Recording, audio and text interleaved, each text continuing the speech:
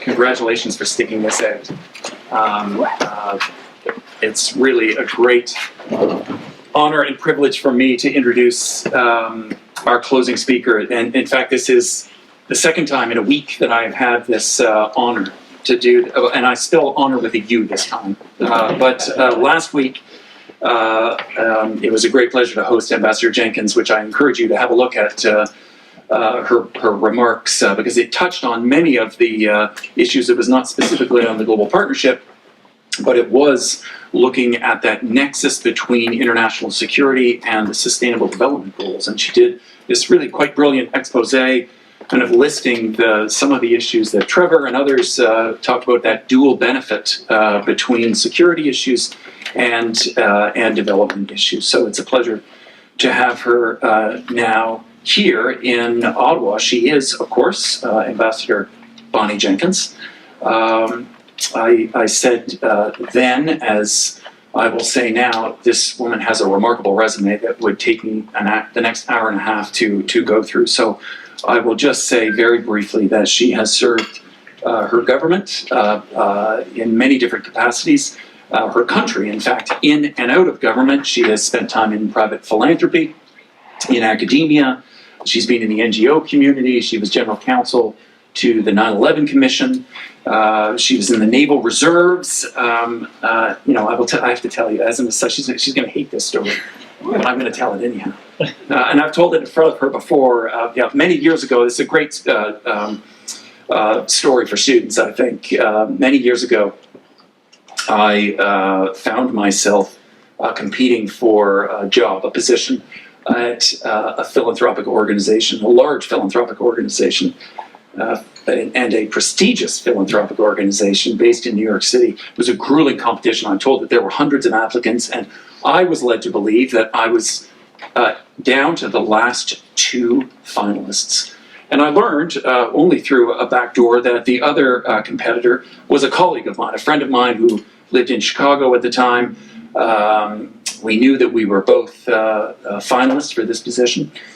And so one of us was expecting to be named. Well, we both got a call, and we're both rather surprised to learn that in a competition of two, neither of us got that. They went with no one instead of, but it turns out they did not go with no one. Shortly after we got that call, it was announced that this woman, Bonnie Jenkins, had been appointed to the position. So, when you don't get a job, it kind of hurts. Until I looked at the resume of the individual that bested me for the job. And if you will all have, throughout your careers, job interviews that are successful, and you will have many more job interviews that are unsuccessful. For those that are unsuccessful, you want to be defeated by someone like this. She has, as I say, a remarkable resume, and that is why today I call her ambassador, and she calls me Shorty. She has her work has extended across a diverse cross-section of international security issues, non-proliferation, counterterrorism. She's worked on public health issues, but also I think, and this has special resonance for my organization at the Stimson Center. She is someone who has really dedicated her career to building a more diverse and representative world where all people are treated with equality, with fairness, and with respect. And I deeply admire you, Ambassador, for the work that you have done. Most importantly, as I said last week, it's also my privilege to call her my friend. And so with that, ladies and gentlemen, I give you the Undersecretary of State for Arms Control and International Security, Ambassador Bonnie Jenkins.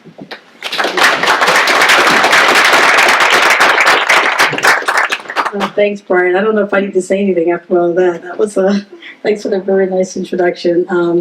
It's great to be here to talk about the global partnership. I have my speech ready to go, but before I do that, I just want to thank all the organizers for inviting me here, and it's always a pleasure to be here with you, to see old friends. Trevor, Sabine, who else is here? All those other people, of course, Kathleen and my folks in the U.S. Natalie, okay, and others, Stephen, and of course my colleagues, and it's just good to see everyone. I have so many fond memories about the Global Partnership that I share with some of you who are here. I was the U.S. representative from 2009 to 2017, And a lot has happened in that time frame, and much has been referred to by my colleagues here about how it would change. And I know my colleague Kathleen talked about 25 people from the U.S. When I first started in 2009, there were 3 of us from the U.S., and that was it. And that's a reflection of how much it has changed since that time. And it's the question's been great that everyone's asked as we think about the future of the Global Partnership. So, in my capacity now, I sit back and watch the great work that happens.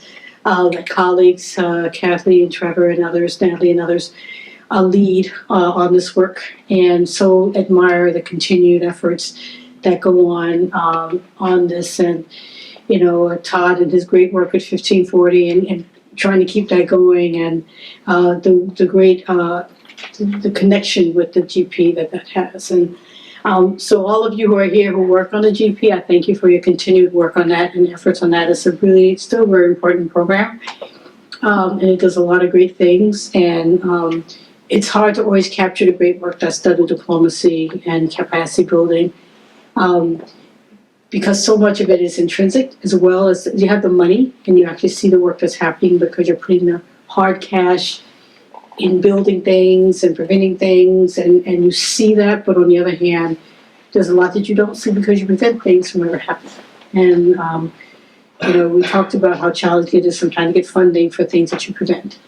But there's so much that goes along with all of these regular meetings with the working groups, and I had such a great time working with so many great individuals. So it's always an honor to be here to talk about the GP.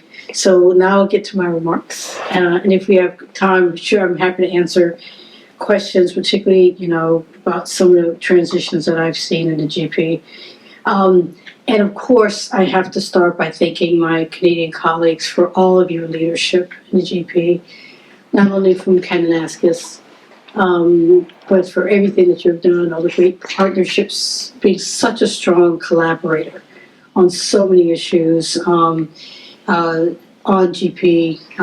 I saw my good friend, Ambassador Troy Lalashnik, just 2 weeks ago, where he's an ambassador at Vienna, and we sat at dinner, just laughed and joked and had a great time talking about the GP, because there's just a lot of great collaboration between us and Canada, and I really want to thank everyone there for that. Also, of course, thanks Carleton University for hosting this, and of course Stimson Center for all the great collaborations I've had with Stimson Center and with you, Brian, as well, which continues, as you said. So, hearing about some of the evolving challenges, and there's so many that are happening right now in the international security space, and the GP remains a flexible entity to try to address the challenges as they come towards us. And so I think that this institution is, as Kathleen said, is more important now than ever, to try to, be as modern, I guess the right word, maybe as we can. As threats change, the way in which we try to address those threats change. Whether state actors or after 9/11, having to focus a lot more on non-state actors, a lot of focus now back on state actors. You have new threats. Using the mandate of the GP to try to address threats as they evolve is what's a good thing about the flexibility of the global partnership. And so I think that's something that has to remain, and I think it will remain. So we've had, 2 decades of concrete and impactful threat reduction, non-proliferation programming all around the world. And since its inception in 2002, we've advanced so many issues in the area of biological, chemical, radiological, and nuclear safety and security. And as you've heard a couple times today, the GP has contributed over $25 million in funding on so many WMD projects around the world. And this is what I think has been so helpful, is that we have been doing work around the world. But as we've said, we haven't gotten as much attention to all that. And part of it is, our own humility. I know we don't want to always say, oh, we spent $1 billion here, $1 billion there, because I think we don't want to appear as if we're spending tons of money. We want people, it's a double-edged sword. You want to be humble, but by being humble, you also don't tell the stories. and we still have to find a way in which we can bridge that and get the stories out there about all the great work that's being done. We've been able to provide so much assistance, so many devastating events in the 20 years, such as Ebola. We talked about Ebola and the work that we've done in the Global Health Security Agenda, where we integrated the biosafety, biosecurity work of what we have been doing in the GP. And I think because of all the work we've done in the GP on the biospace, it has been one of the most important parts of this larger thing called the Global Health Security Agenda, which is building capacity around the world for countries to combat disease threats. So all of this work has reflected the fact that we are stronger when we work together. And we're stronger because we can work on common goals. Ukraine, the GP was there in 2014 when Russia invaded Ukraine. And I was telling my colleagues, Warda here, who works with me, and Kathleen, before the G8 became the G7, the Russians had one meeting in St. Petersburg when they chaired the GP. And it was a great meeting. We didn't know what to expect. It was a great meeting, great food. It was inclusive, good discussions. And then 2 weeks later, I think it was they invaded Ukraine. And so all that went out the window. And of course, we became the G7. It's just one of the many stories when I think about how we've evolved in the years since 2002. But that was another challenge that we had to deal with, and so Ukraine was a partner. So we were able back in 2014 to be on the front line and help Ukraine in addressing some of the challenges, and we are doing that today. Obviously, one of the most pressing issues now is Russia's invasion of Ukraine, and so finding ways that we, as a global partnership, and individually as countries, can address this unprovoked invasion has been very important. Looking at the safety and security of Ukraine's nuclear power plants, and Natalie talked about some of the work that we're doing on the nuclear side to address some of that, but also, Russia's irresponsible rhetoric about the use of nuclear weapons. I think it's also, all of these has strengthened the importance of safety and security in the CBRN space, and why we need to really continue to focus on these things. The U.S. has provided critical aid to Ukraine and other regional partners, including hundreds of billions of dollars in support of CBRN protection and non-proliferation efforts.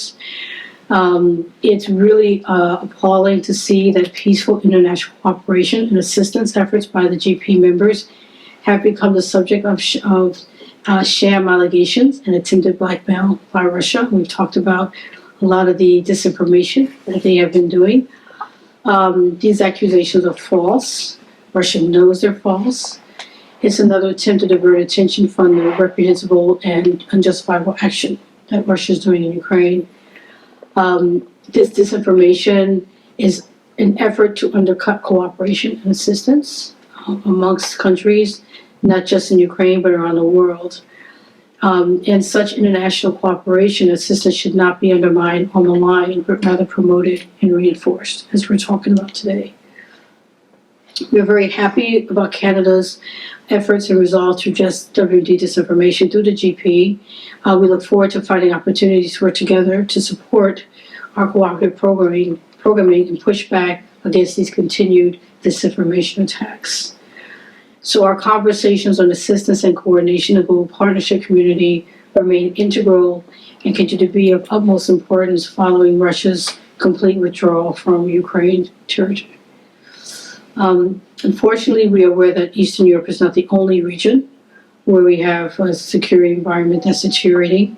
The Asia-Pacific region is seeing the DPRK build a nuclear arsenal with an intercontinental reach, while the People's Republic of China is engaged in rapid and opaque expansion of nuclear capabilities.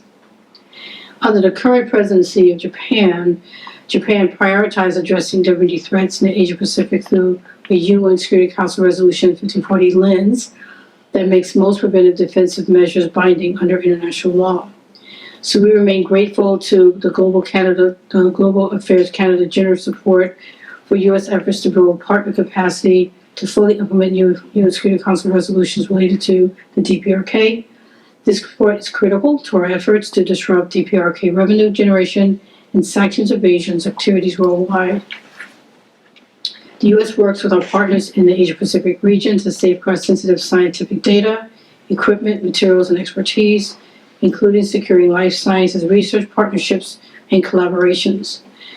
The U.S. also has long-standing engagements to improve biosafety, biosecurity, and biosurveillance capabilities under the One Health approach. It is essential that we build relationships with partner nations to strengthen researchers' capabilities to protect the critical and emerging technology research from malicious actors who would deliberately misuse their research expertise and knowledge. More broadly, the GP has been and remains a tremendous vehicle facilitating international cooperation to tackle pressing WMD threats.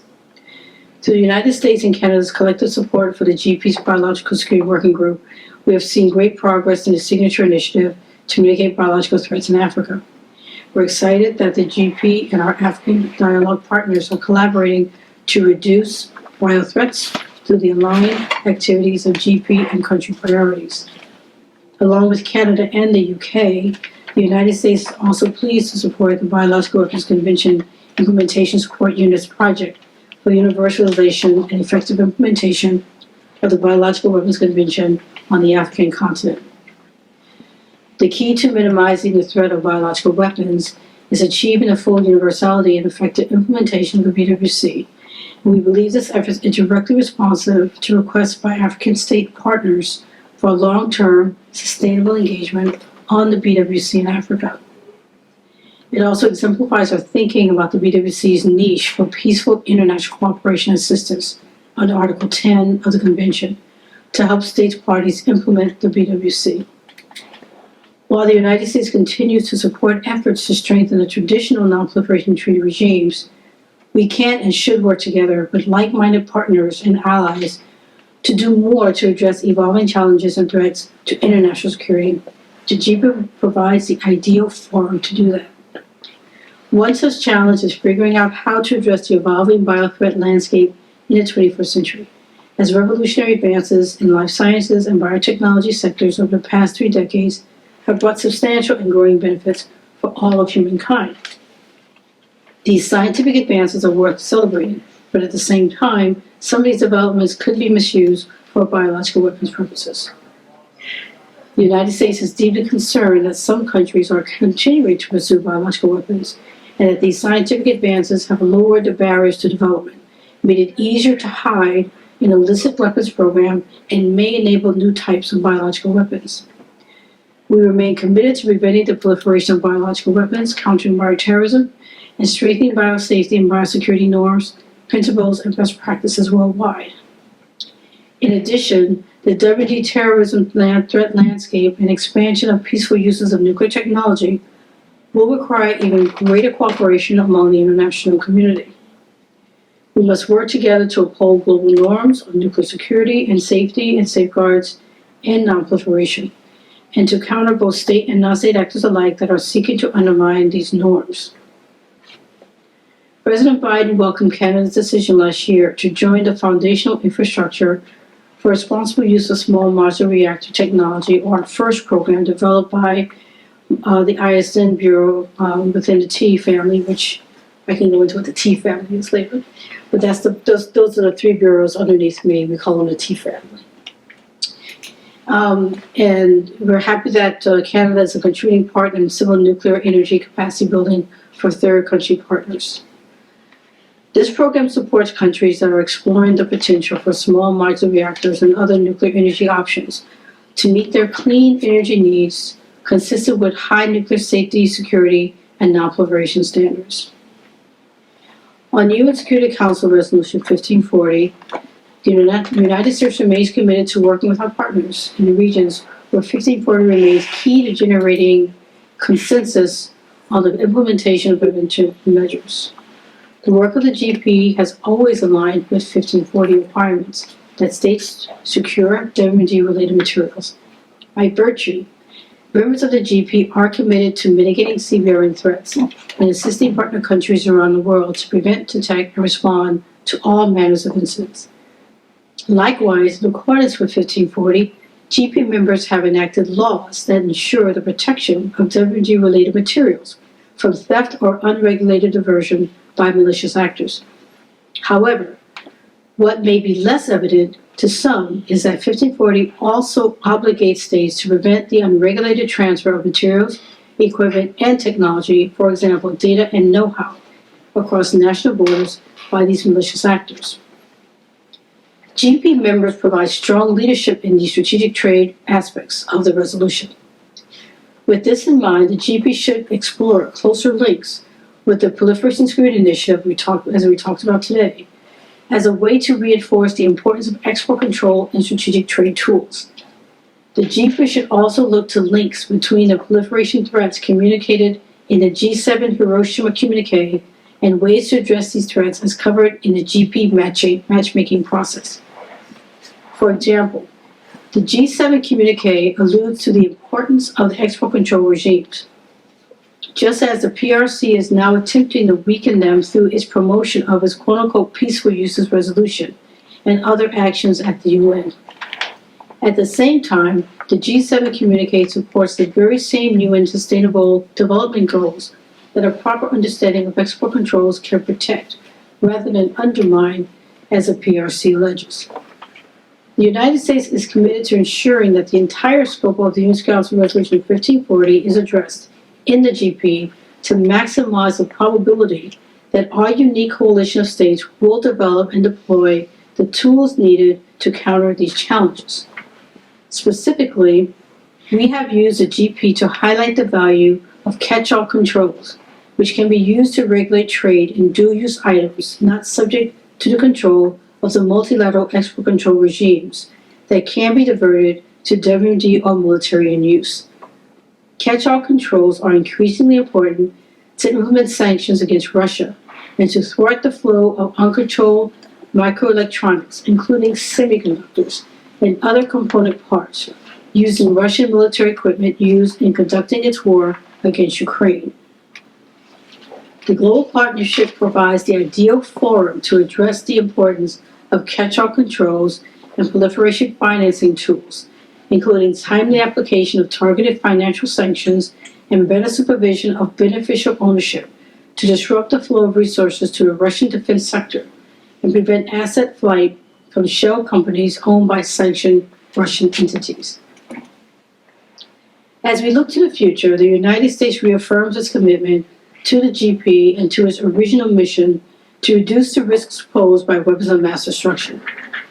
The need for the GP is valued even more today as the international landscape becomes diplomatically competitive, with state actors seeking to build alternatives to existing international rules, norms, and institutions that challenge U.S. interests and those of our partners and allies. While the GP has achieved so much, our work is not yet complete. We must continue to strengthen our efforts and remain vigilant in addressing both existing and emerging threats to peaceful and international security. The accelerating rate of technological innovation and information flow lead to increasingly rapid and unpredictable change, and the most successful state actors, non-state actors, and organizations are the most resilient, adaptable, and able to utilize capabilities from a wide network of partners. Volatile economies, extreme weather events, disease vectors, and resource scarcity will only exacerbate conflict and increase threats to peace and security. The increasing interconnectedness between these global threats make it no longer feasible to separate them along functional lines. In order to adapt and meet new and emerging threats, including those posed by the misuse of rapidly advancing technologies and technological innovation, the GP must be willing to grow and evolve as well. It is important to remember that the programmatic work of the Global Partnership is directly tied to the policy guidance provided by the G7 President, currently Japan, and the work of the G7 Non-Proliferation Directors Group. In addition, a third G7 non-proliferation body that is actively working alongside the GP is the G7 Nuclear Safety and Security Group. Together, these groups have a significant positive impact on the world's most serious non-proliferation challenges and priorities. Moreover, these G7-led groups are becoming increasingly important in facilitating cooperation among like-minded states, as cooperation in other formal multilateral bodies become more challenging. Yet, as the GP grows and evolves, we must ensure that the GP continues to reflect the 6 core principles and remains agile and responsive in addressing all threats, using the G7's collective wisdom on the threat environment as our compass and our means.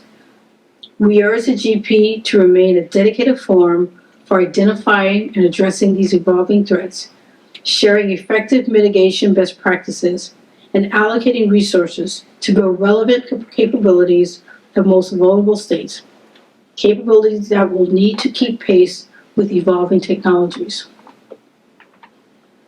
The United States expressed its enduring commitment to the GP mission when President Biden signed National Security Memorandum 19 in March of this year to counter weapons of mass destruction and terrorism and advance nuclear and radioactive material security worldwide. This memorandum lays out U.S. policies to counter the use of chemical, biological, radiological, and nuclear weapons by non-state actors. It also establishes unified priorities across U.S. departments and agencies on preventing, mitigating, and responding to WD terrorism threats. The Department of State addresses these challenges in part by implementing science-informed capacity-building programs with our foreign partners. The close partnership between the United States and Canada exists not just because we share borders, but because we have a commitment to bring others together in the international community to address the threats posed by weapons of mass destruction. While we know there is more work to be done, I am very proud of the work the United States, Canada, and every member of the GP has done and the tremendous progress we have made in the global partnership. So with that, I want to thank you for the opportunity to address this group and for the successful and productive conference just hosting.